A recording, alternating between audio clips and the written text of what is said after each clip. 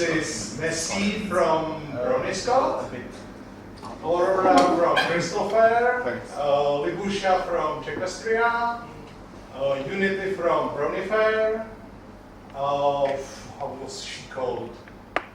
Heartswarming Con Amber. This is also Britannia, but from UK Polycon.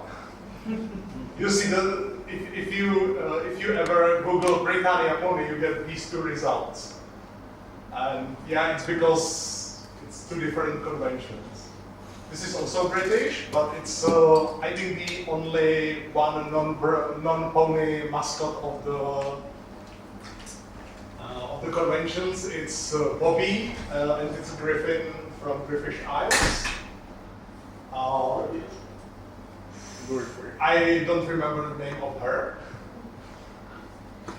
This is from my little convent. This pet pony is, I think, Moondrive. That's from Russian BronyCon. This is Rebrik from Pony Rebrik. That's also Russian from St. Petersburg. This is Millie from Epona Fest in Italy. Stroopwafel Jet, I think. From just waffles? Just waffles. Yeah, her cutie mark. His cutie mark is waffles. This is the only male mascot also, except for Rebrik. The PCH has also two other mascots. Yes, that's right. Many conventions make it more and more complicated, introducing more mascots and more features to them.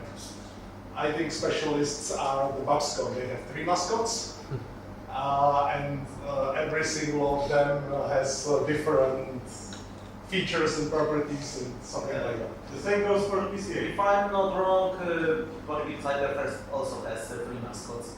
Yes, it's changing. So this list is not like super complete, but you know, as you can see, there are already too many. So fitting 3 mascots for one convention, that's there's not much space for that. And can you recognize this last one? Yeah, it's the Europromicon. Yes, Connie Bloom. Brony. Yeah, it's a convention that never happened. Yeah.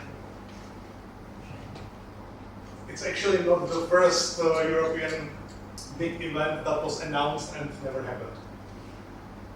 Okay, so welcome at the final 11 years of European Hydrophonic events and beyond, because we are gonna briefly talk also about some conventions that are not in Europe.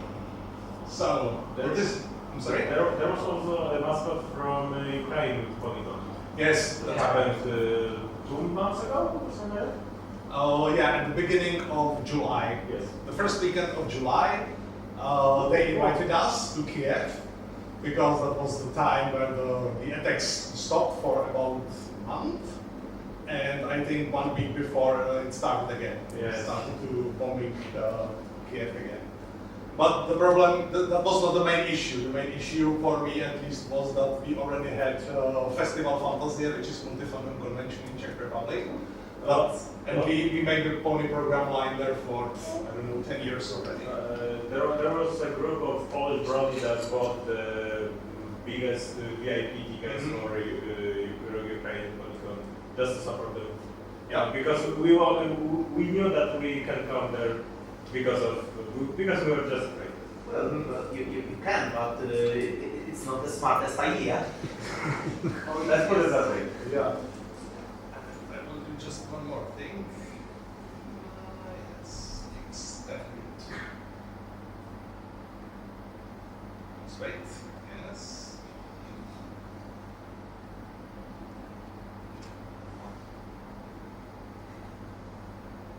Yes, this is how it. Nothing changed for you, but I can see the next slide here, and I have some notes what I want to say. So that's the thing that you usually do not see if you do not present the presentation. It's very, yes, it's present review. It's very handy. So what this is going to be about, it's gonna be about all the My Little Pony events you've probably been to or you've heard about them.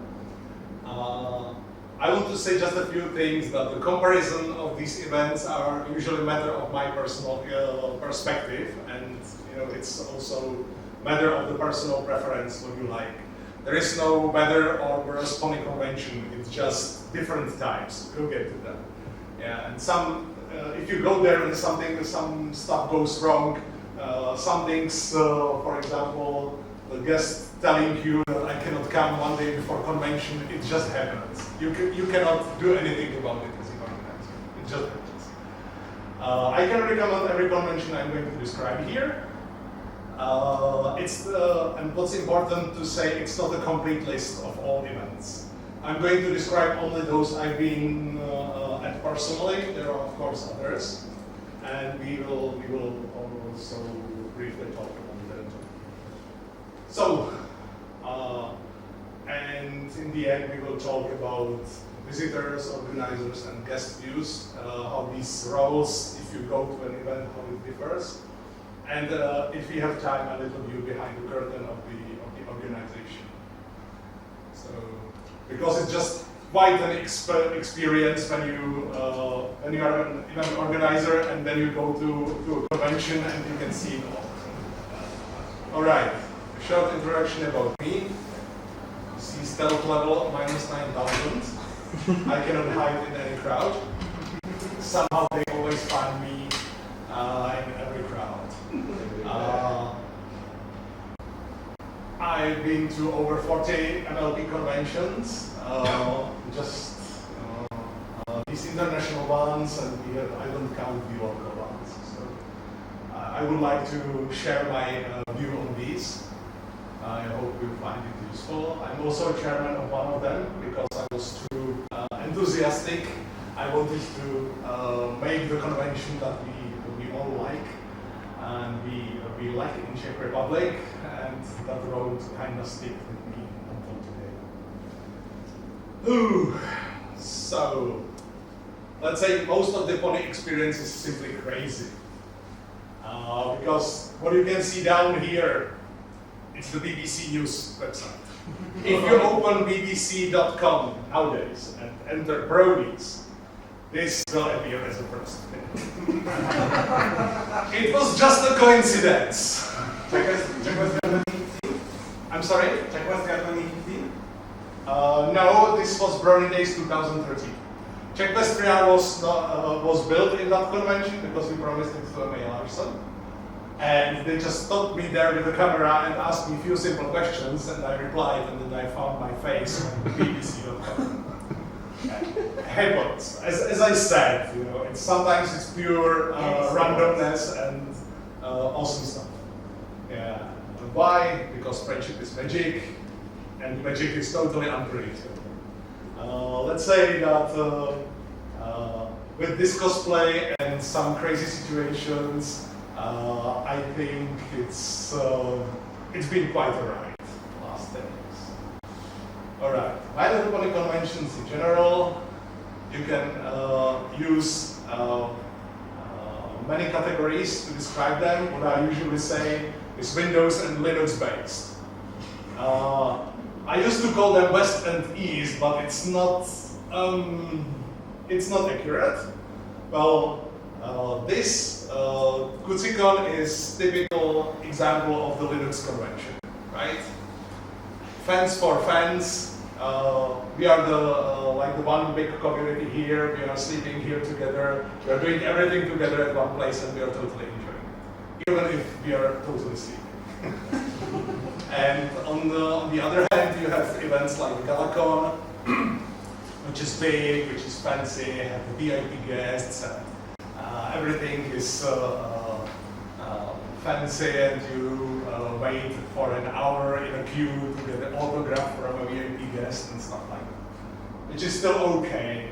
The last BronyCon, you could wait 8 hours in the queue to get a signature from Lauren Faust. Yes. Queuing is magic. Yeah. So the naming can be a little bit confusing, but it's always based on the experience you get when you go to the convention.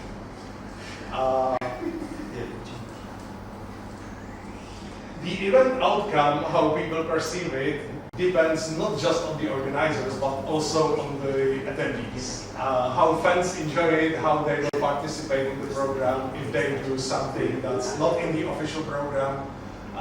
Perfect example is like take the chalks, go outside and draw on the ground. Especially when you have asphalt or some flat surface outside, it's perfect. If it's not raining, of course. So if it would not be raining and somebody would bring the colorful chalks, you can go and throw it outside. It's perfect. Yeah, you can have multi-fandom events. It's like this. So it's My Little Pony, Indiana Jones, Deadpool, Lord of the Rings, and stuff together. You know, if you combine characters from different universes, it's sometimes fun. Especially when the convention is 11 days long. Let your fantasy go. What can happen in 11 days long? Also, official Hasbro events, they're happening, they can be fun. There was one in the Prague, and we'd be like, yeah, let's go there, it's gonna be fun. We took the cosplays, we went there, and it was much bigger than we expected, like 8,000 people. Mostly families with the small kids. And at the entrance, we found out that there is entrance fee, like 200 crowns. Okay, we are not gonna pay it. Let's vote directly to the entrance. So one guy came in first, went to the security at the door, and there were like 6 or 7 guys in these kind of cosplays, and he said to the security guy, "Hey, we should be on the stage in 10 minutes. Where should we go?" "Yes, please come in." What? And fun part is that we ended up on the stage because we just went to the backstage, like, yeah, why not? We said, "Hello, we are fans, we are Bronies," and the woman just looked at us like, "Okay, hello, I'm a Hasbro representative for your country." I said, "Okay, do we need to pay you?" "No, because we paid them." Like 6 girls looking at us. "You wear it voluntarily?" Yeah. And then they asked us to color the house with the pencils on the stage in front of 8,000 people with the kids, because it was a prize in the competition. Perfect. So, official Hasbro events could be fun. Local culture always influenced the whole event. Also, local bronies and visiting bronies. They usually behave a little bit different because they have kind of different expectations if they were not your event before. But it works in a way like Germans coming to Czech Republic and saying, "Oh, alcohol here is so cheap, let's buy it all." Yeah. Or like, "Yeah, we heard that you're not so prudent about this, so we can do this stupid stuff, please don't." So that's how it is. You can also compare the events, how they handle the series in different ways. You know, looking at the Friendship is Magic, Mojo and the fandom, what fandom offers differs from culture to culture. Slightly, but yes. Visitor expectations and returning attendees. If you return to a convention that you've already been to, you have some expectations and you expect it to be in a certain way. So if you would go to the Galacon and suddenly they would tell you, "Hey, you're gonna sleep in the sleep bag in this school," most people would just turn around and go away. Yeah? So it's the same like, "Hey, come to this Linux type of convention, but you're gonna pay like 1,000 zloty for entrance fee." What? No! Of course, expectations.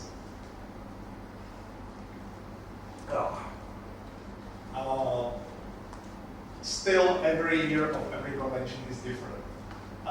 But the experience, even though it's the same convention at the same place, it never can be repeated.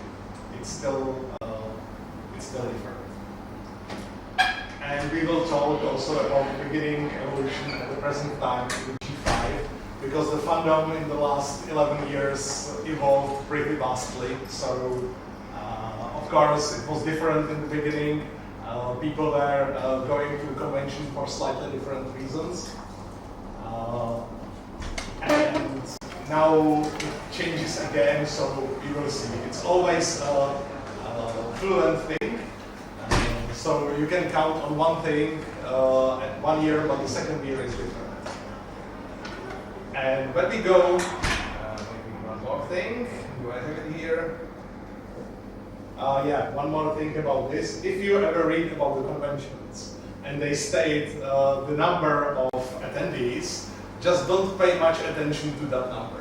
It's totally overrated because it's simplified and you actually you cannot derive too much of it. Of course, if it's 200 and 10,000, you can imagine the differences. But if it's like 300 and 600, the difference is not that big. So just be careful with the numbers of attendees. And if you want to make the convention in Europe, it's quite a real challenge for the organizers because the first thing that you came in is different cultures. That's still okay, but the language barrier. If you want to make the international pony convention in Europe, or not just pony convention, you have to do it in English because otherwise, just imagine, would you go to a German convention? If it's just in German, well, I think maybe, but not so with much enthusiasm. So if you want to make your audience international, you will face the language barrier. And of course, you will always hear from the local fans who does not speak English that, hey, we are in this country, so use our native language. We all know it, every community. Another thing, yeah, local versus international events. How do you promote these events? How do you think I've learned about this convention? Someone told you about it? Yeah, someone wrote on the Czech Brony board. Otherwise, I would not know about it. Because these channels for the communities, even if the country has a big community like Germany or Poland, these communities are divided into several places. Like when we want to promote Czechoslovakia on the Polish board, I arrived there, like 20 posts, no reply. And I have absolutely no idea if somebody reads it or not. Quick question, do you know who brought it to the Polonius. Polonius. Polonius, okay. Someone from Poland. Okay. Yes, that's true. From organization. From I just wanted to know if this is Czech people Just or what- Polish people. Just what I want to say, if you have a local event, it's very hard for foreigners to find them. Because, yeah, Brony is an international word, but if you enter into Google Polish Bronies, you probably won't find anything. Because the local group is named different, right? Yeah. Yeah. So, that's a real challenge to show it to the others. Unless you are living in England, abroad attendees are usually afraid of traveling to other country. I was too in the beginning. It's much more complicated, especially when you go to a country where you do not know the language. So, but Germans survived it in the Czech Republic without knowing a word of Czech, so I suppose that's okay. Yeah, the question is how to promote international events in Europe. I have one maybe solution for that, but we will talk about it at the end. Just in a hurry, this is common convention program that you can find. Most of it you can find at most of the events. So, cosplay event, music games, welcoming ending ceremonies, cosplays, charity auction, vendors, everything. This is the same scheme that's returning over and over in a different ways, of course. Yeah, the same program can be handled very differently. All right, conventions. Started everything with the Galacon 2012, the very beginning. It's 11 years back. This is how Galacon looked like. It was in the hostel. Wow. And there were like, about 500 attendees. This is not all of them, this is like half of them. But the hall was similar size to what you have here.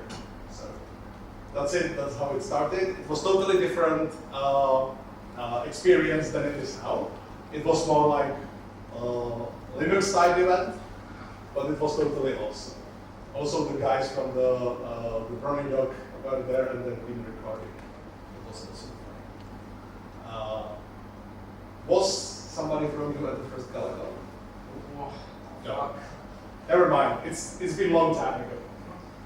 Yeah, Kucykon runs from 2013 until today. It became the biggest Brony convention in Europe. In 2020, 2021 it was held online because of the COVID. This year it moves from Ludwigsburg to Weibingen because they have issues with the venue because it increases the prices I know very high.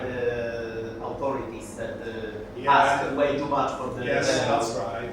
There are usually more than one reason for moving conventions when in place. That was probably the main one. Yeah. What I usually say about Kucykon, if you want to meet VIP guests, if you want to see the show stuff guests, go to Kucykon. It's the best place to meet them. And for the ticket, it might seem expensive, but actually for everything you get there, it's totally worth it. And it's still running, which is not the case for most of the events I'm going to describe. Yeah. MAC was the convention in UK. Happened 4 times, 2012 to 2016. It has a huge concerts hall rented. It was called Summer Sun Celebration, and I think we did not have such a Brony concerts in Europe since then. So it's a very big thing. In 2013, we met National Geographic filming documentary team there.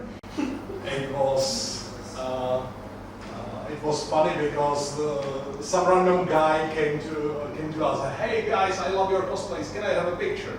Yeah, sure.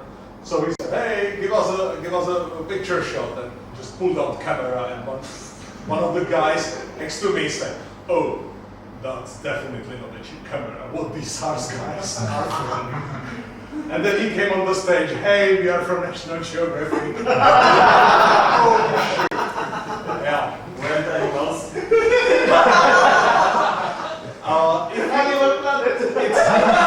It can still be found online on Vimeo. It's called Outsiders, and you can find it there. So just Google it, you will find it. It also ended in 2016 for very similar reasons as for BronyCon, because it was hard to keep it up. It was so intense and it was too much for organizers that they decided to end it, and also decline in the attendees numbers. So that's pretty it. I will not talk about my cosplay about that. Yeah, another event, Brony Days, was held in Paris and then in Nantes in France. In 2015 it was a little bit unexpected that they held it in French, because 2013 was in English. But it was nice, it was small, but let's say it ended for also similar reasons. It was too much for organizers, as far as I know. What was important for us at Czech Westria was that we met M.A. Larsen there. And when we let him sign our flag with the Czech and Slovak flags, just look at there and say, Czech Republic and Slovakia, and we were like, yes. So when there will be a Brony convention in Prague, maybe planning something for next year. Okay, so I hope you're gonna invite me as a guest. Bye, guys. What the heck? Waiting. talked to the guy who was standing next to me, and he's now vice chair of Czech Westria, and I told him, like, you idiot, now we have to make the convention. So we did. Yeah. Also, when I was talking about the BBC, that happened here. Also, what was, let's say, one of the most heartwarming moments for me in the fandom, that happened like 5 years after this, and it was a reference to that interview they made from me. They made with me. I just said, I don't know, 2 or 3 sentences, but I was totally unexpectedly reminded about that years later, at totally unexpected place, at totally crazy situation. I will talk about it later. So, just to think that sometimes you do something small, and it can have a very large consequences, positive consequences in this way. Another event, Crystal Fair, happened just once. It was planned for 2013, but it was postponed to 2014. And I've heard from many people they wanted to go, and they wanted to go in 2015, but it never happened again. So I usually use this as an example. If you want to go to a convention you like, go now, because you do not know if it's going to happen next time. Just enjoy it for now, because yeah, that's the beauty of the moment. Yeah. And we've been also stopped by MTV Finland. As I said in the beginning, I don't know how they always find me. I have some idea. Yeah. This was my first Polish convention in Bytom, 2014. Yeah, we enjoyed it. When I prepared this presentation, the problem with the Polish conventions is always the fact that they rename every year. Pony Congress, my little convention, and I was like, how should I track the line of this? Like, yeah, this was done with this organization, this one with this one, this one with this one. These two merged together, then they split, then these two merged together, and then they merged together and then split again. Okay. Probably Discord was here. I'm sorry? Identity crisis. I mean, we have one long-running Polish convention, Wallet Meet from Gdańsk. Yep. This year will be the 8th one, and the first one was in 2015. Great. Please promote it more. We'll try. Because as soon as Germans will realize there is a thing, you have a bunch of them coming. Oh, well, no, it is. Just do it. It's 100% in Polish. I'm sorry? It's 100% in Polish. Doesn't matter. Okay. If it is the bus. We've been in, we went for a Russian BronyCon, and it was all in Russian. And Gdańsk is a nice city. Why not? Okay. Or should we say Danzig? Wolne miasto Gdańsk. Yes, that's right.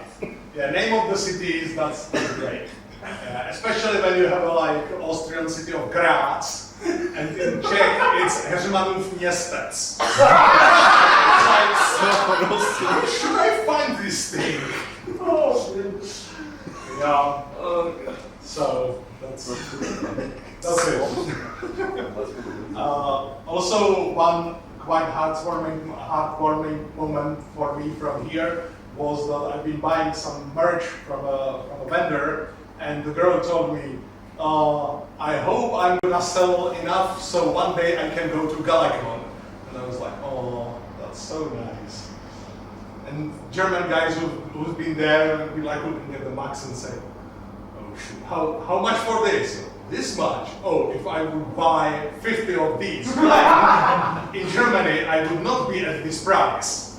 Yeah, that's it. I used to say, if you want the plushie, don't buy it at Kucykon.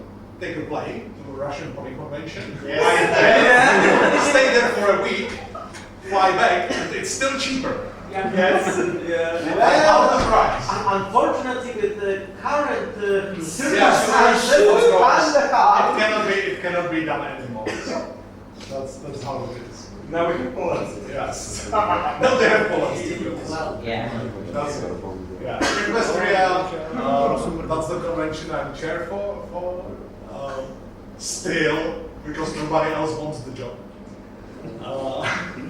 It looks totally, it was also for my first experience, that the convention looks totally different when you organize it. Because when you organize a convention, it's like 6 months long job at least. And the event itself is just like 2 or 3 days that all your effort goes to. But for attendees, they come in a full energy when you're already almost exhausted. So, yeah, this is the panel with M.A. Larson. We actually invited him, and he was not able to come. So this is from his car, somewhere in the wild US. So that's how it says. And of course, once you're a chairman, no convention will ever look the same, because then you come here and say, yeah, they did this wrong, this just fell off, yeah, this thing. Or I should stop organizing. Just an attendee. All right. Yeah, and the organizing is high value, I would say. Anyway, come to Equestria. It's close, it's cheap, and it's awesome. At least we try to make it.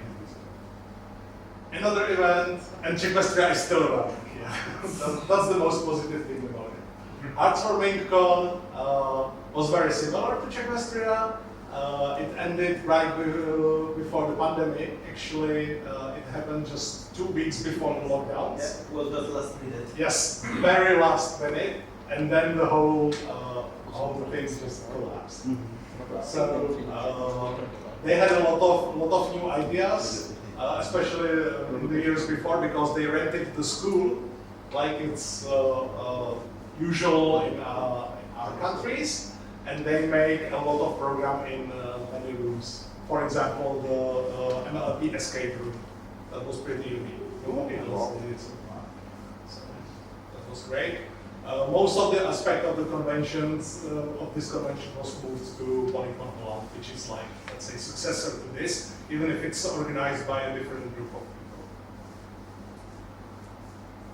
Brony Fair was a convention in Berlin. It happened only twice, even though there were plans to make it in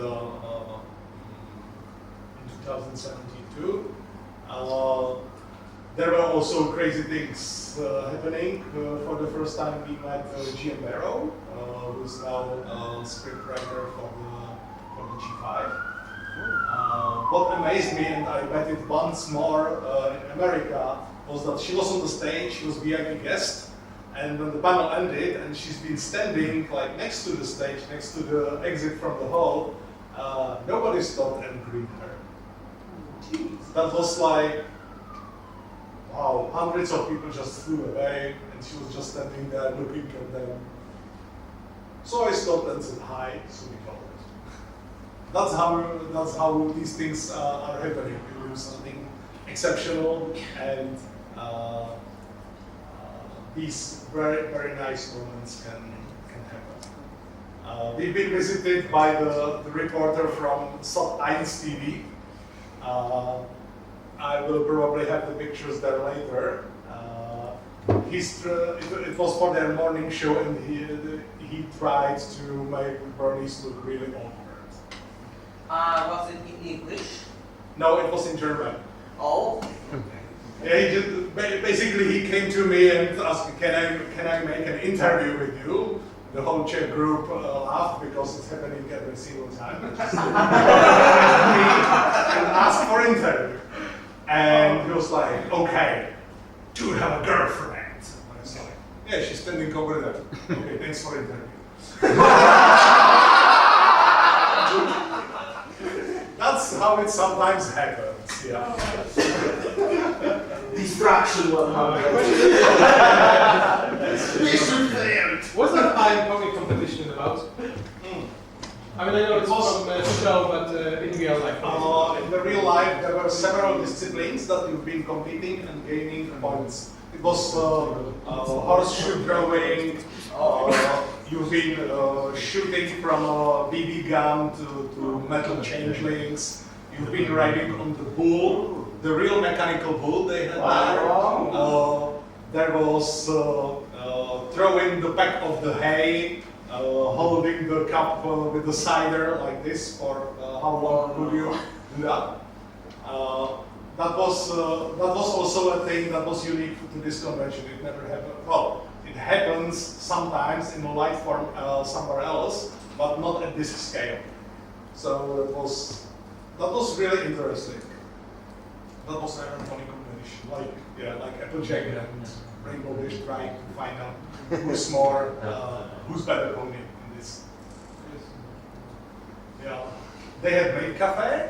So it's a German group called Paperboat, I think, and it's a pony made cafe. So full scale with the sweets, coffee, and everything, and it's made by girls dressed like police maids. Really cool. Okay. Unfortunately, I don't have photos here. How much for the entry fee? To Brony Fair? Yeah. It already ended. Oh. How much it was? Yeah. I think 35 euros or something like that. Yeah, back then. And that was one of the reasons why it ended. So 30, 40 euros, something like that. By the way, there is a list updated by what's his name? Foley. And there is it's a like big Google sheet with all this kind of information about the conventions. So amount of attendees, the price tickets, guests, and everything. You can find it online if you Google. Just many people do not know it exists, and Foley put really a lot of effort into that. All right, MiniDV. That was a convention in Russia, St. Petersburg. I estimate about 300 attendees because the official number was never released. It was in Russia, Russian language. They invited me as a guest, and it brought a lot of funny situations. But it was really nice atmosphere. It was in the cultural house that was similar to this. Just in a Russian style, so big. They make everything big. That's the first thing that came to you when you stand in their crowds. Just make everything big. Sorry? But no carpets and walls. Golden toilets and stuff like that. Yeah, well, we've been there and it was quite an adventurous trip. Because MiniDV ended, they just stated it a few months ago that most of the organizers actually fled from the country, so they have to close the event. So for us, I usually say that we had a blast in the St. Petersburg. Literally, because when we've been leaving St. Petersburg, we just barely made it by metro to the airport because there was a bomb.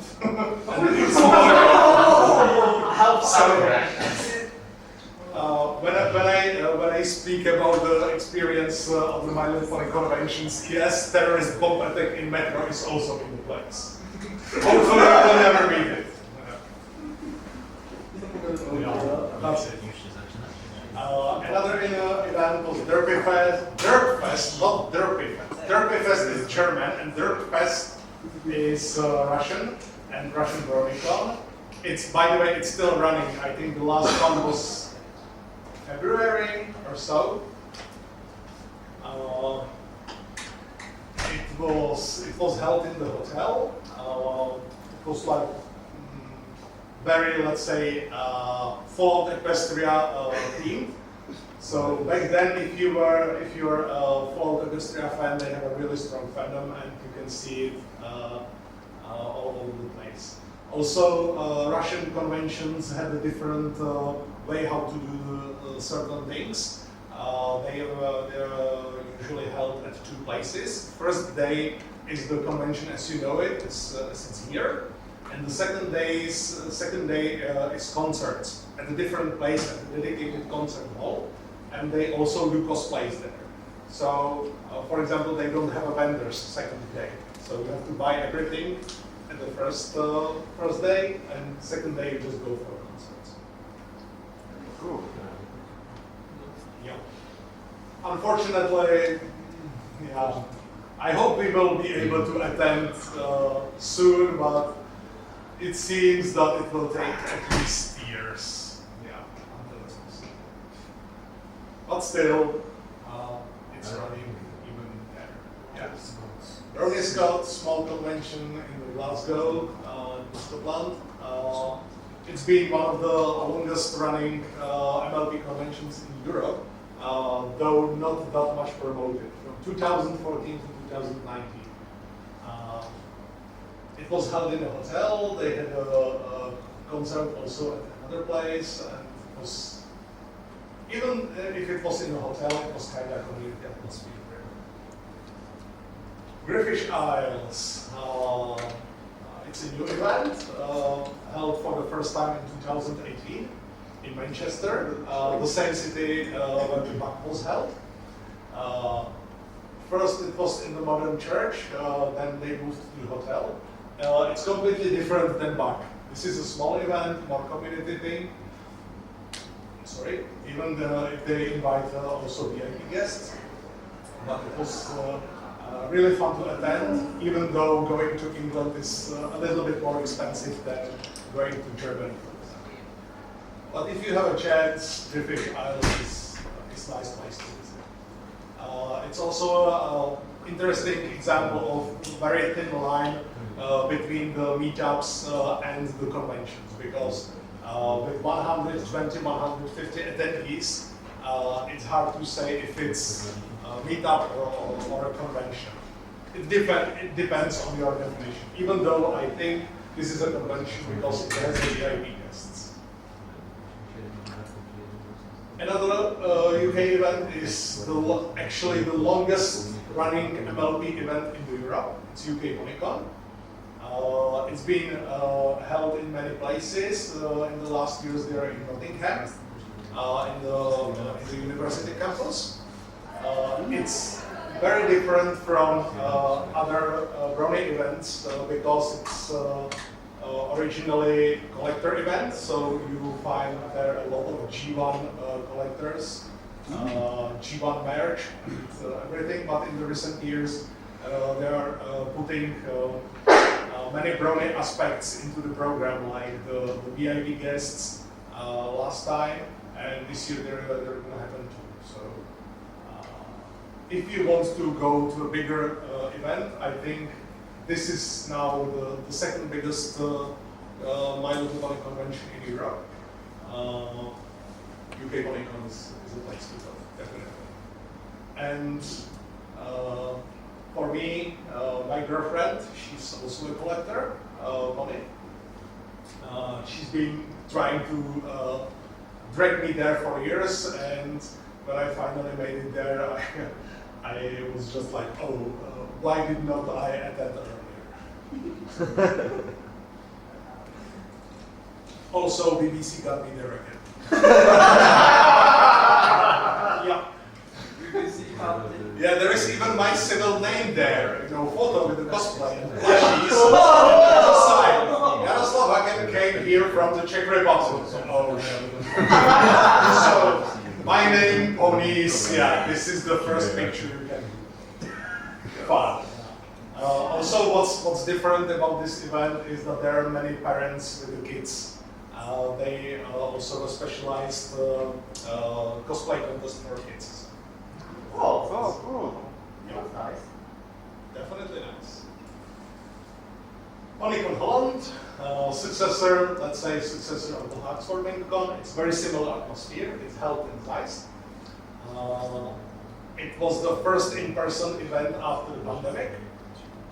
And they're really enthusiastic, they're trying new things.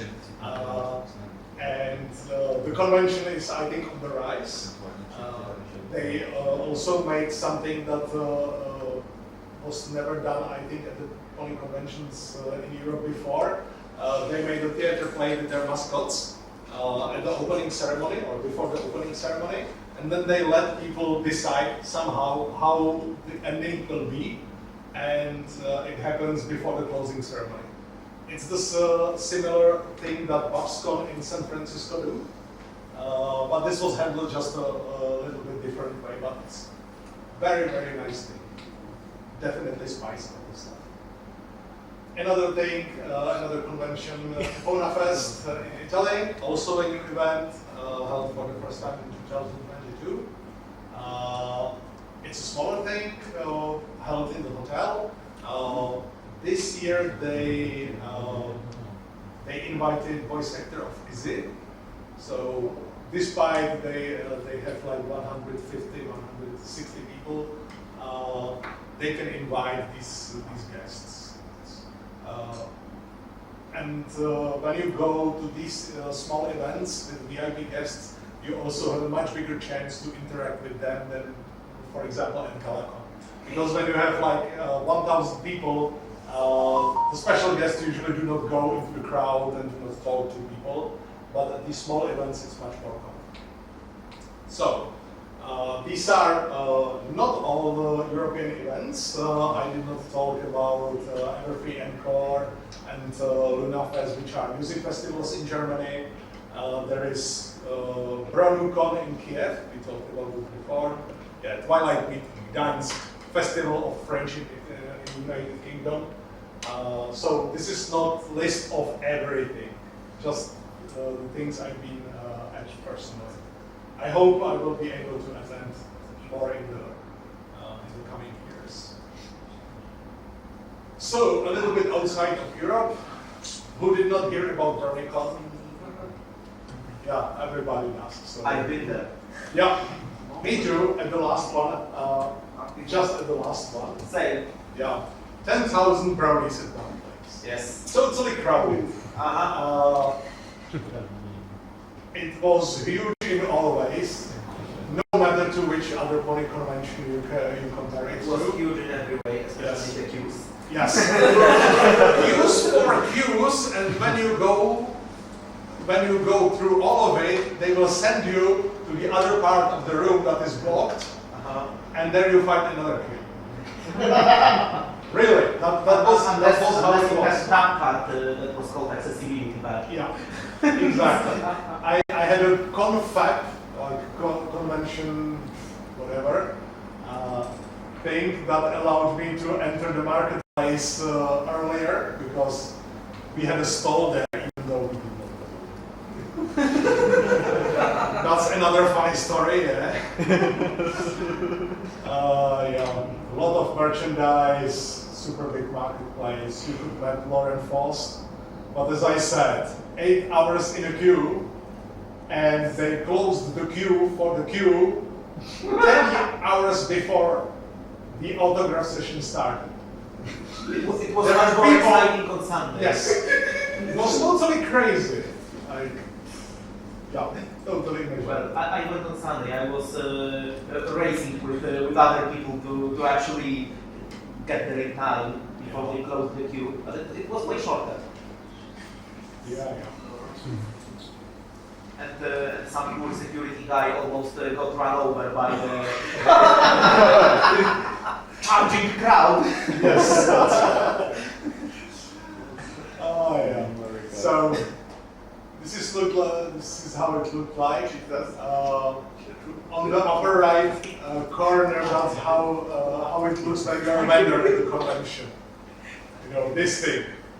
They came to, I entered the marketplace because I also had a bronze ticket, and I met the fellow chairmen from other pony conventions, like the guys from Chicago or Malaysia or whatever, and they've been like, hey Jamie, it's nice to see you, so you're going to put up your stall. No, we don't have a spawn. Yes, you do. Bye-bye.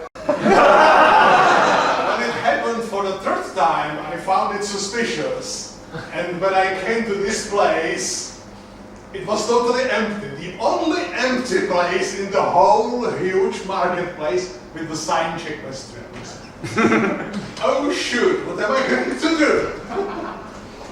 Yeah, we decorated it somehow and we ran our table there. But, another funny story, yeah. Another American convention is BabsCon in San Francisco. It's held in the hotel. It's typically US convention, so it feels a little bit different to be part of that, because here we tend much more to stick together even with the strangers.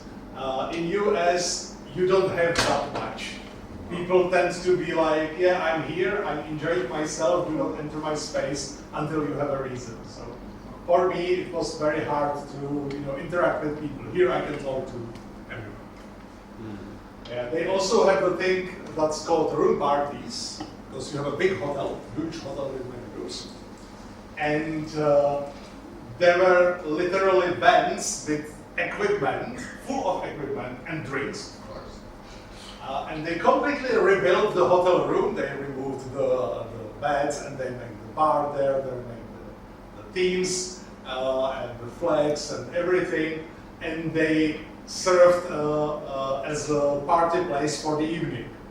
So, for example, there were Klingon room, this. If you're into Star Trek, these are the crates with Romulan ale, and these are Klingon flags. So, if you want to go as a Fluttershy to a Klingon party, this is the place where you can. Yeah, also there was fortune party and dumb things, yes. Another interesting thing happening in Japan, Japan BronyCon, it's still running. I've been there just once. This is a perfect example of what I meant by different culture. If you go to Japan, it's very different from different culture from us. They handle the same things very differently, but it feels very civilized. You just have to get used to the difference, yes? You can tell just by the fact that the number of attendees is very precise, unlike any other convention. That's right. They are very precise. Also, how you can see, you don't see any faces. Here, if I make a picture from here of you, nobody complains. It's considered very impolite in Japan. You should not make pictures of any people's faces, unless, of course, they are standing on the stage. But this is how it is, and you always have to ask. These are the lines that you are standing on when you get your tickets, and also vendor room. We had our Czechoslovakia table there, and the guys made a line from a duct tape, and people were just moving along these lines during the whole vendor hall. And where there is a queue for, and they have a small queues for every table. And where there is a longer queue at one table, the last person hold the sign, this is the end of the queue. Just put it into the contrast with the pictures of the Kaufland and the old people rushing in, right? It was completely opposite. We were like, this is so organized, those people are so disciplined. Like, how this can happen?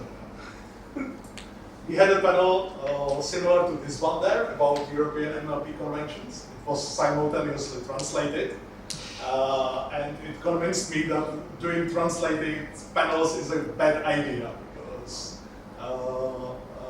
if you have to translate the language, suddenly you have the half of the time done, because that's spent, everything has to be said at least twice, and it takes at least twice the time.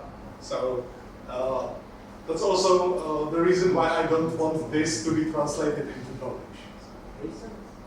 Yeah, done. Yeah, you could talk to a live stream, and we did that, and they were like, oh, do you want a mask on your face? No. Oh, you're so brave, you're showing yourself as Brony. to the public. Yeah, sure, everybody knows European story. Also, if you heard that the Asian guys does not have enzymes in their body that process alcohol, so they have a pre-party and they said, okay, let's have a beer, and they took shots glasses. They took one tin can of beer and they make shots of beer. There are 3 Czech guys looking at this and saying, what? This is bad. Hold up, we put something else in the glasses. We actually went to the nearest vending machine. There are vending machines everywhere for drinks. Like every 100 meters, we have a vending machine for drinks. But that's another story. But we bought a beer, we went to the pre-party and just drinking. Yeah, sure. And then we're like, oh, now we're gonna fall under the table. We have another one.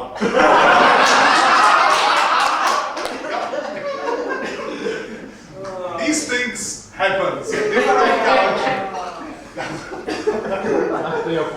guys just want to have a fun.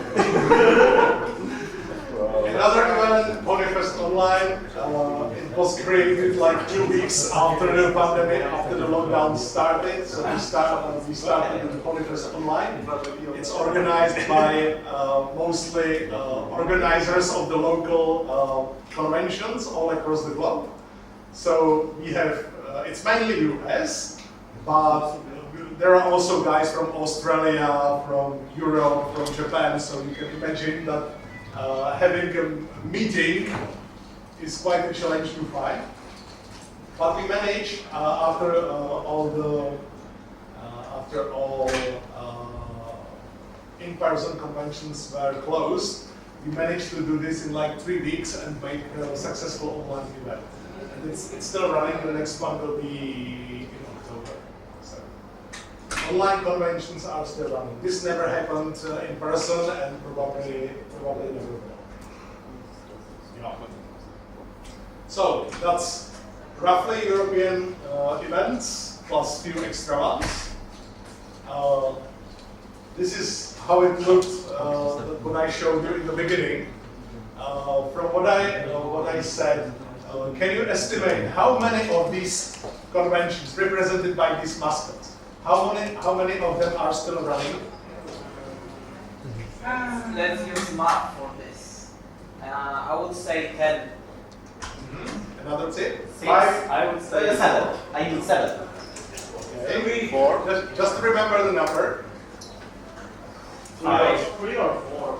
2, 3. Now it looks like this.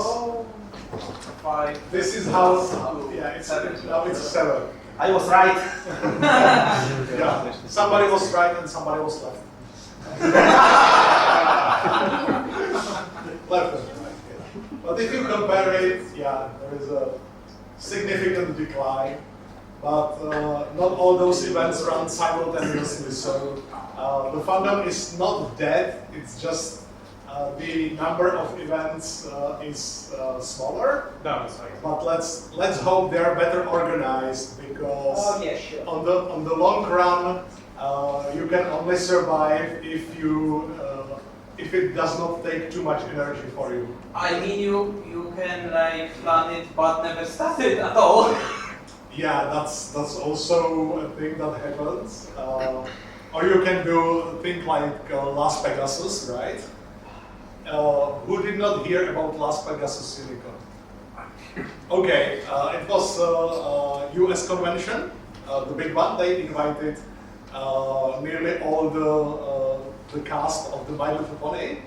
And at one point, they ran out of money during the event. And the hotel started to kick the guests out of the hotel. So it was total failure. And there was a huge debate about this, how to prevent this. So people get the money from attendees, and then they just, because of the poor management, the whole event just crashed. So. Question? Yes? Now I just remembered. Which one was the con that accidentally doxed its participants? there was a... Don't accidentally dox what? The personal participants. information? What? Personal information? Yeah. Because they were keeping it in a, I think, Google document, and someone leaked the link. Yeah. I remember this incident by the. I don't remember the girl's name who did it. It was one of the US conventions, but I don't remember which one it was. I know it was a big deal in the United States, which is one of the cultural differences. That when US guys come with something that's so huge and so important, they think it's important for the rest of the world. Yeah. Like there were some drama about some persons at the last BronyCon, and it was a huge drama in the US community.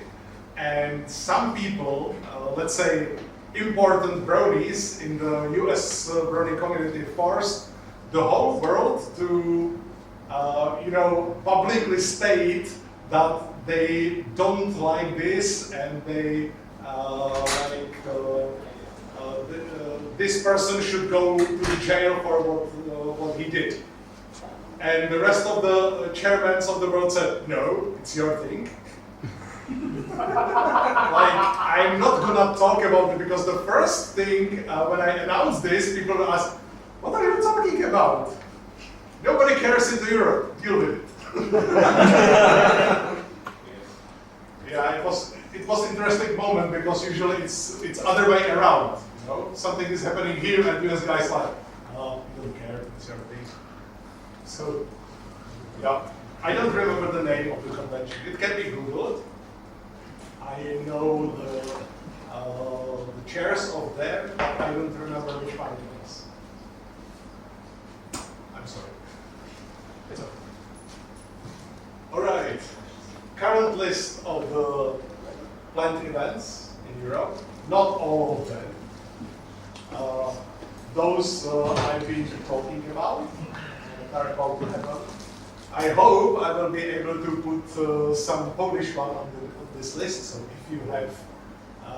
if you have any tips, please send them my way, and I will talk about them at these panels, and I will publish them as much as I can. Everyone's taking photos. Yeah. So, any plans for visit from this list? Do you have any plans to visit any of these events? Yes. Kwestia. Who's gonna go to at least one? Nice. Nice. Okay, some notes from attendee. If you're attendee, how it looks like. Usually first decision is, yeah, I want to go somewhere. That's the first thing. Attendee go. Attendee dog. Attendee go. I want to go. Yes. It would be, well, I would not do it, because it would be hard to make the bingo and actually go. Just decide and go. This is the photo from the, we call it the Gala bus. It's this bus behind us. And we rent it every year when we go to Gala.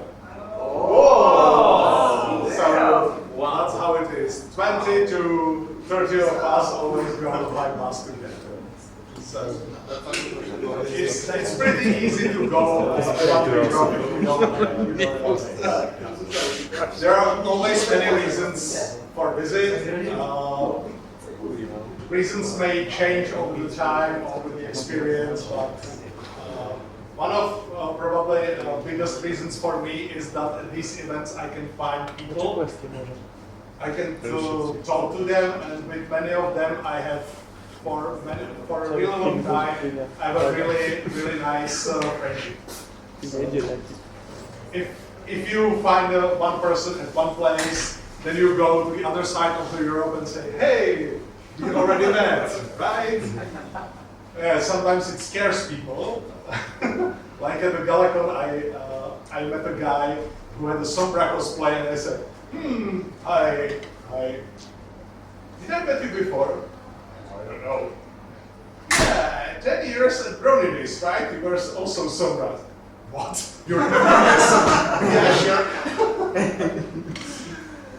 Yeah, you always have some expectations. If you when you go to an event, it's usually based on what you know or previous visit of these events.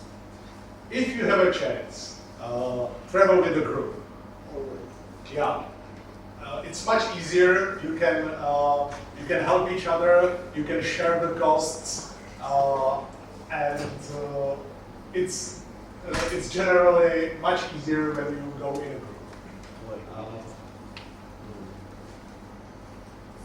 Yeah, every convention is unique, so even if you've been to Galacon like 6 or 7 times, it's worth to visit it again, because even if the program looks like, even if it's the same building, which is not the case anymore, but even if it would be, it's gonna be always unique.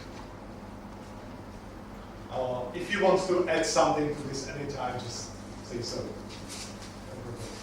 If this become more obvious after years, if I go back in my memories and recall what happened at the Galacons all the way up to today, I would say, yeah, every single of them was unique in a way. Yeah, we did different stupid things. Yeah. Including sea ponies in the fountain, buying hacks from VIP guests, buying kisses, yeah, and stuff like that. Just stupid things.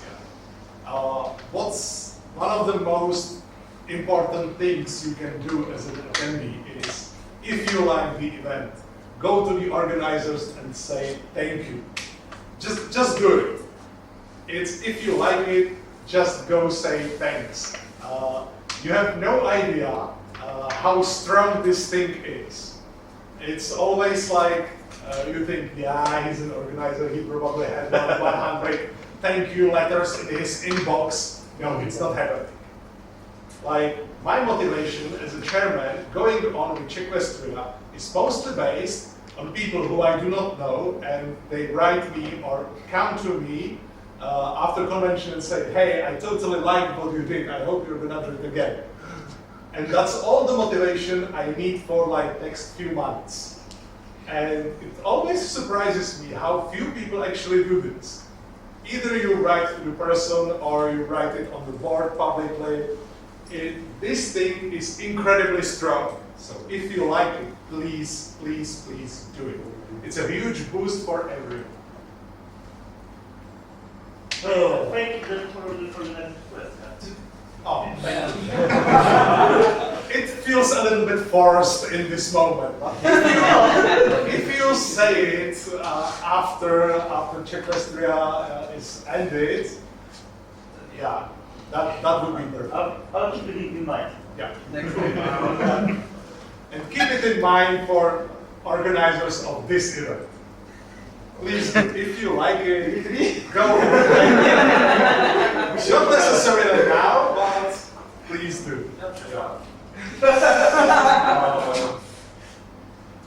Is there something like, yeah, about going to the convention? Yeah, there won't be another bug.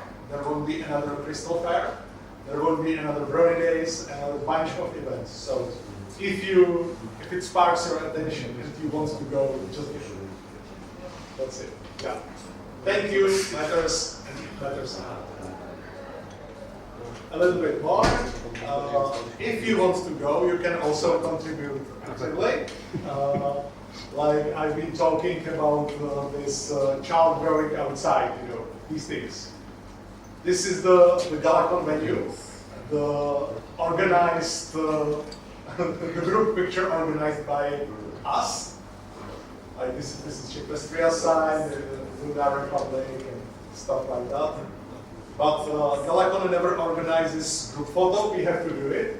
And then, yeah, you have like this amount of people on this side, and a similar amount on the other side who's making photo of this. I never understood why.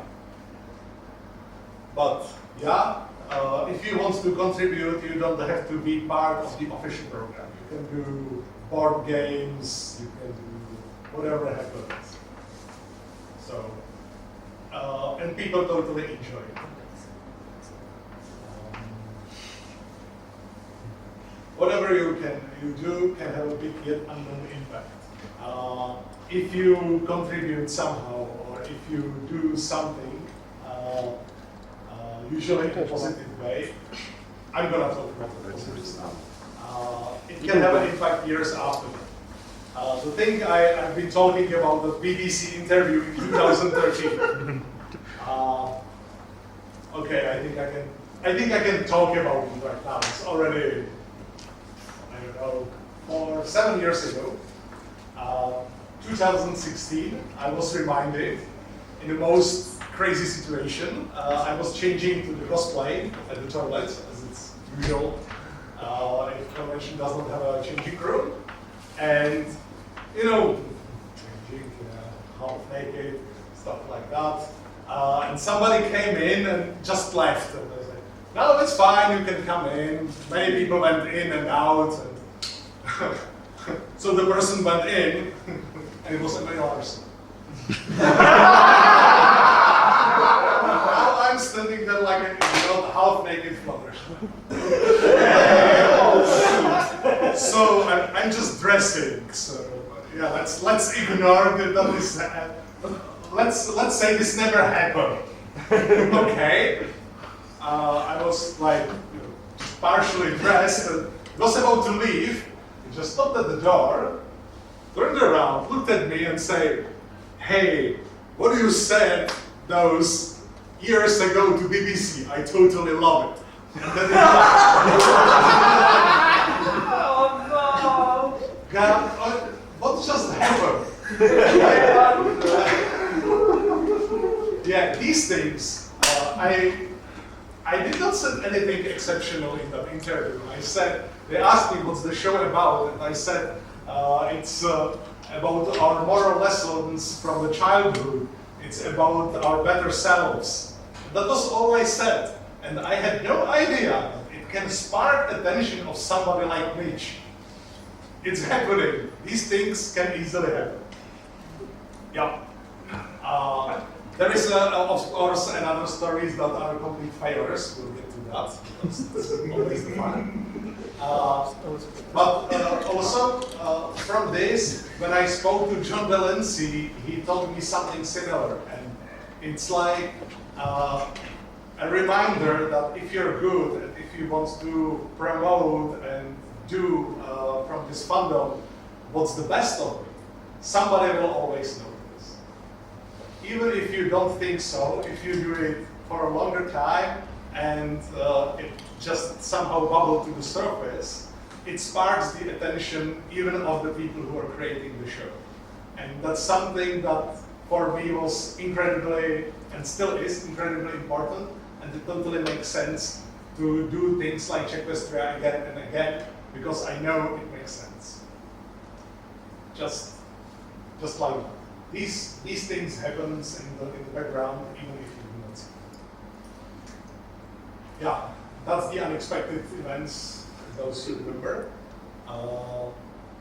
And there are also little nice things, like when I started with cosplaying, I have a different butterfly than this one. Really small one. I made this big one, and when I've been standing in the line for back 2013, there was another girl cosplaying Gala Fluttershy, but she did not have a butterfly. And I asked her, "Hey, it's really nice cosplay, but you're missing this." "Yeah, I lost mine." I said, "Okay, I have one spare." Whoa, thank you. I never saw her again. Just random act of kindness that stayed in my mind. It's amazing. Or sometimes you hear Brony say, "Yeah, this cosplay is not perfect. You did not make this exactly how it should be." And at one convention, I think it was hard for me. I met a girl who's called Merit, and she was like, "Hey, nice Fluttershy cosplay. I'm Fluttershy too."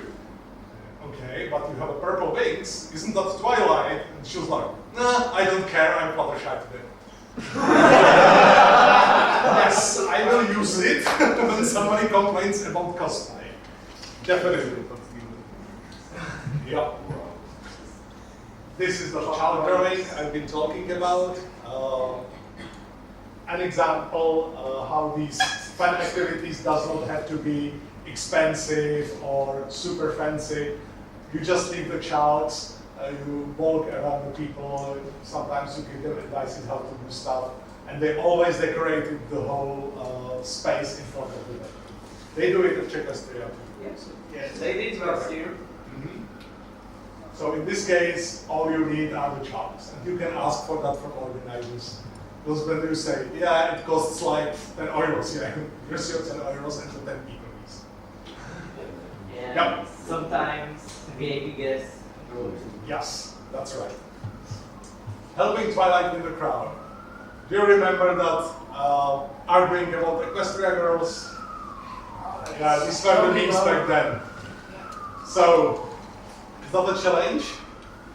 Sure. We made hundreds of tails and ears. We went to Galacon and Crystal Fair, and then Galacon again, and we did just coming, singing, helping Twilight in the crowd, and throw these ears and tails among the crowd. And we've been walking several times around the venue singing this song. Perfect. What was not so perfect that I did not realize back then, we did it at the end of the convention, and we were so running that we just entered the venue again before the organizers realized what's happening. So please don't do that. It was stupid, and we should not do that again. Yeah, Galacon group photo organized. That's what I talked about. Yeah, come and sing along. This is Anneli Heath and Daniel Ingram at Crystal Fair 2014. It was not in the program, they just decided that they're going to sing together. It was my light song, the princess song, You Play Your Part, and it was totally awesome. Yeah, next slide. I was not sure if I should include it because the mood changed, and some of the fun stories are not that fun anymore. But let's say that it's an example how perception of some events can change in time. Back then it was huge fun. It was crazy, but it was fun. That's Yeah. Crush your enemies with friendship. Do you know what this is? a bunker in Russia. Yeah, Bunker 42. And this is And nuclear missiles simulating bombing America with nuclear bombs. Yeah. This is me, and this is Ellie Ray.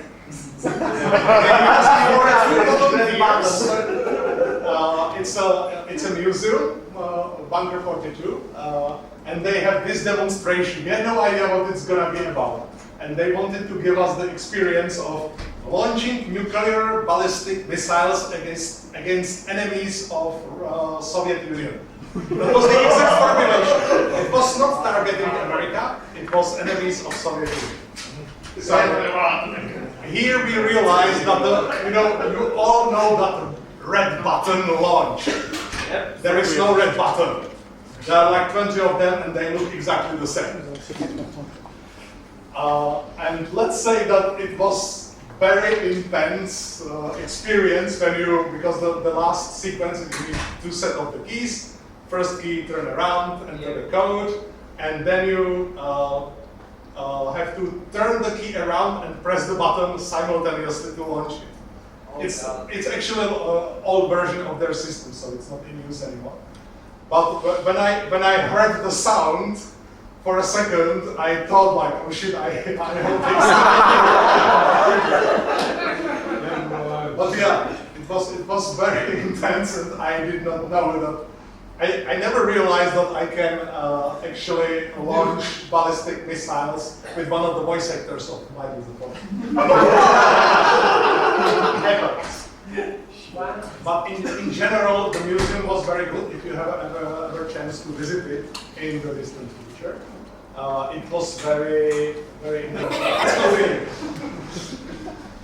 Yeah, Back then it was crazy story. Today is, well, yeah. This is what I usually show on the Galacons and stuff. How we are doing sleepovers at the community style conventions. I think it's similar here, right? Yes. This is my little convent 2013.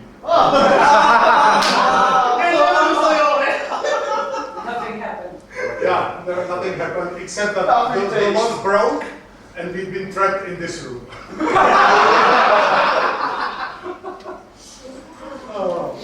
Yeah, I just showed this because for many people who are sleeping in the hotels at every convention, they do not know how this actually looks like. So yeah, one of those facts, stories that stick with you for a decade.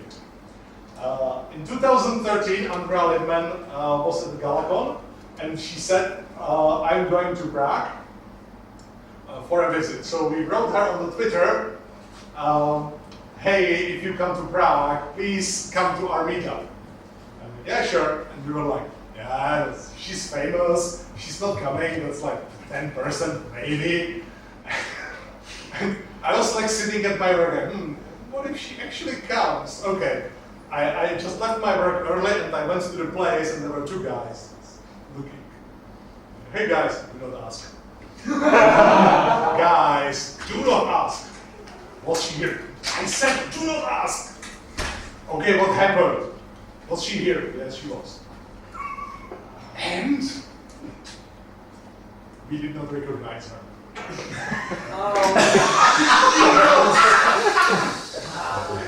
Like, you know, more bronies were coming to the pub, and one of them said, "You know, epicness of this level came out after many, many years. We've been apologizing to Andrea Lidman so many times. At every event we've been, and we usually got responses like, hey, I'm this guy from the Czech community. We would like to apologize for what happened in Prague." And she's like, over the phone call, and she's like, "Yeah, that was okay, nothing happened." And I was like, "Oh, it was you!" And when I met her in person, and it was like, "I'm sorry for what happened in Prague." And she said, "You should be." Yeah, that's how it happens. And yeah, 6 years later, Ellie Ray came to Prague. If you see the place, and she tweeted this.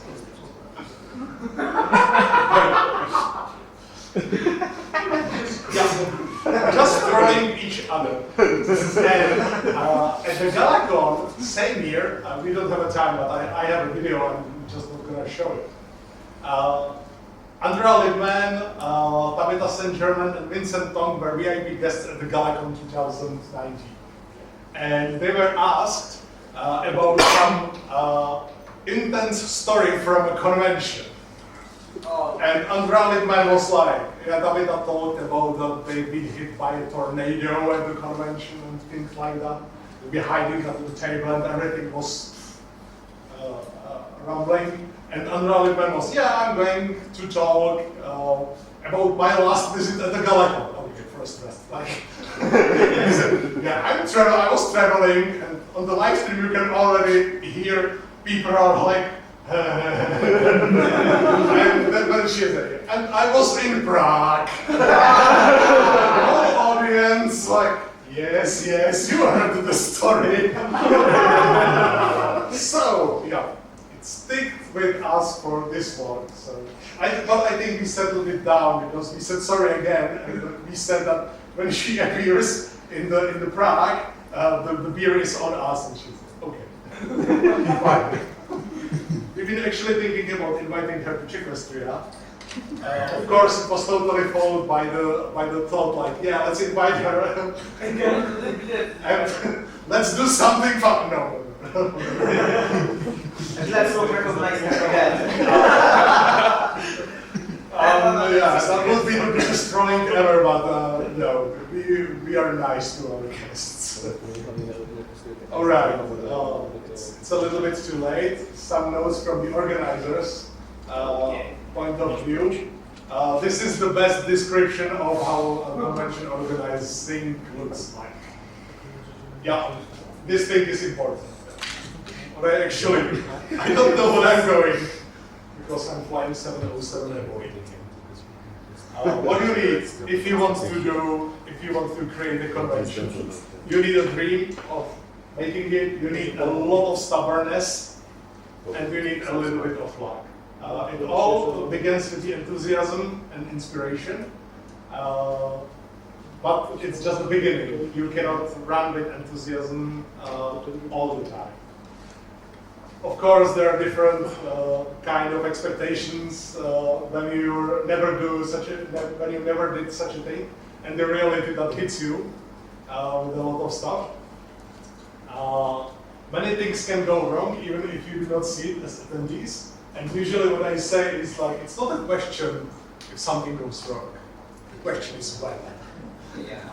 Because something always goes wrong. It's like you throw the snowball down the hill and it rolls. And you can just direct it left and right, but you cannot stop it.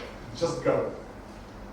You know, you cannot go to the stage and say, hey guys, we screwed up, we'll all go home. No, that's not how it works. You have to go on. Yeah, most of that work is boring, but it's totally rewarding when you see people enjoying the con indeed. If you want to be horse famous because of organizing convention, forget it. There are much less painful ways how to die. So, if you want to do it because you want to do it, not because you want to be famous, because you want fame. Because in the end, you will have so much work that you don't care about any fame. You just need to get the things done. Of course, there is a big difference of perception from attendees and the organizers. I think we don't have a time, so I'm just not going to sit into it more. What's important to say is that convention is always a group effort. You never do it alone. Even people are stopping me and saying, hey, it's you who did Czechoslovakia, and I say, no, there are dozens of people who did this, plus dozens of attendees, plus dozens of volunteers. So even if you see just one person or 3 people, it's never just a few people job. There are many people behind doing a lot of stuff. And all those people deserve thanks. That's why at the closing ceremonies, you usually thank everybody who contributed to the whole event, because they totally deserve it. Most of the problems you will solve is about money flow. Yep. Yep. As long as you don't have money, yeah, you cannot afford much of the things. Like 1/3, if you invite foreign VIP guests, 1/3 of your whole budget is the VIP guests, 1/3 of your budget is the venue rent, and 1/3 is everything else. So that's how it is. One comparison, somebody asked me about this. Ticket sales for Czechoslovakia before pandemic and after the pandemic. Seems very simple. Yeah, it seems very similar, but this is 400 and this is 300. Yeah. And also, this thing, if you look, this is 1 month before the convention. And it's like half the size. That's the problem. Or 3 weeks. 3 weeks before the last Czechoslovakia, we thought it's going to have 150 attendees. And that's really not giving you a calm sleep if you're a convention organizer. Yeah. This is how it works. It can be very fun convention. Yeah. Also, if you don't see any peaks, like when it's announced that this guest comes, this person is coming, this is gonna happen, it never increases the ticket sales. Actually, I think 2015, when we invited George Haber, one of the scriptwriters of G4, when we announced that he's coming, it was the first day after 3 months of ticket sales, when nobody bought a ticket. Oh, What the heck is this? So this is how it looks. Also, this decline of attendees, it's happening to all conventions. Am I going over, right? Yeah. Yep. All right, so fast. VIP guests, the only limit is the money. Most of it, it's just the money. There is a lot of happening before the guest attends. So you make the contract, you negotiate with their agents, and even if it looks like they're coming there just for fun, they're professionals and they're paid for what they're doing. So you do not pay just for flight and for the hotel and the food and similar stuff. You are also paying them for appearance. It's called appearance fee. I cannot say how much because that's the secret thing, and when you close the contract, you cannot talk about it. But it is. Of course, different guests behave different ways. Like Ray is like the life McKeyPL, totally extroverted, and you have many more of them who are introverted, even if you do not see it on the stage. But as I said, they're professionals. That's how it is. Community guests, if there is such a concept in Europe. In US, there are many of those who call themselves community guests. In Europe, we usually limit this to musicians. So, another thing that you met is bureaucracy, necessary evil, happening with everything. You have many unexpected situations, like sudden problems. What Like can I checkpoints think? happened. Yeah. About that tax thing, yeah, that was. That what? That tax thing that was annoying last Czechoslovakia, that you had problems with it. Oh yeah. We had a bar fights with some guys in 2014 in front of our door. We had other things, unexpected situations, like I've been at BabsCon in San Francisco and we were about to launch the ticket sales, and we announced it, and I've been standing in the queue for the cosplay competition, and my phone rang and guys said, "Oh, everything is burning, we cannot put up the tickets. Do something about it." Guys, in 30 seconds I'm gonna on the stage to cosplay competition. You have to wait. Yeah, happened. And when you're an organizer, do a little crazy fun things. It helps to keep the levels of insanity on the acceptable levels. Yeah, and the huge power of thanks I've been already talking about. Yeah. How not to introduce voice actors. This is our Czech Applejack voice actor. I wanted to introduce her, but I was tired. And I wanted to say, hey, please welcome our historically first Czech voice actor guest here on the stage. But I was tired. So what I said, something similar, but totally different. Please welcome first historical voice actor of Applejack. What have I just said? This is the hand of my chairman sitting next to me and just slapping my head. What the heck have you done? And even in this moment, you have to continue. You just cannot stand up. Okay, audience, sorry, I screwed it up. Go home. No, you have to go on with the show. Even if something like this happens. It just happens. No. Something you prepare for half a year, then you swap 2 words, and this happens. Yeah. Oh yeah. Yeah, this is our VIP guest. This is Ali Ray. And she just realized that I have these Siponis costumes, and she said, okay, bring them tomorrow and I'll find 5 attendees, 5 volunteers, and we will go to the fountain. If you recognize PonyCon Holland organizers, that's these two.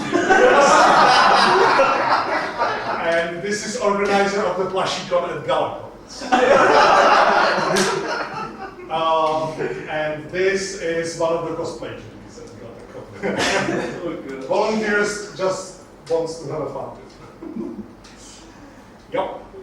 This is a photo that was never released anywhere else. It's organizers meetup at Brony 2019. These are the chairmen of the Pony conventions all over the world.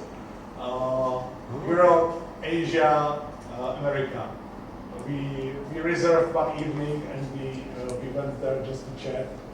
And I think this thing will never ever happen again because BronyCon will probably never happen again. So, one people is not an organizer of this photo. Can you spot him? Yeah. You. No, I'm here. I'm on this side. Okay.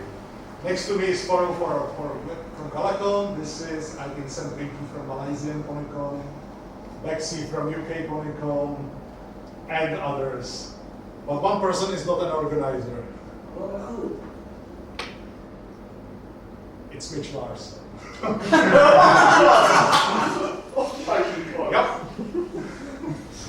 That's how it is. Yeah, I will just go through this. Yeah. We don't have the time for this.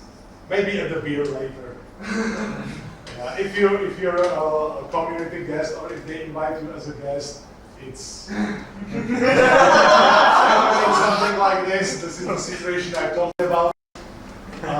Yeah, sometimes, and I'm pointing to my girlfriend. Yeah, she's been hiding in the crowd. At this point, Brony Fair 2015, I think. Yeah. This is an example how not all requests for interviews are meant to show bronies in a positive way. So it can happen. We are almost at the end. I've been talking in the beginning about how to promote these events. You know, how can people from different countries know that there is something happening, like, you know, German guys can figure out that there is something happening in Poland, so they can come. I started this site, bronies.eu. Yes, it comes with the event calendar and the overview of events. There is also a form where you can report any events that's happening and you want them listed in this calendar. And there is also archive of photos, videos, convention art, history of these events and everything. It's still in progress, but I'm still working on it and adding a lot of material because I have like 2 terabytes of videos and photos and everything. Oh god. So, yeah. The thing is that usually you can check Equestria daily for conventions, but they don't list everything, and their communication is like, not that what I expect. Yeah, but the next thing will be to promote this website, right? I'm sorry? Next thing will be to promote this website, right? I'm just trying to contribute, that's all. Also, one of the motivation behind this is that those 11 years of the Pony conventions I just described was the best years of my life. And I think not just mine, and all these memories should be preserved. They should not just vanish because it's our part. It's how we are defined and changed our lives and our personalities and everything. And I hope you had a lot of fun there too. Yeah. So, question and answers. If not now, then later, anywhere here, or just write me on the social media. No problem. Yeah, I don't bite. Yeah, sure. So, that's it. Now it's up to you.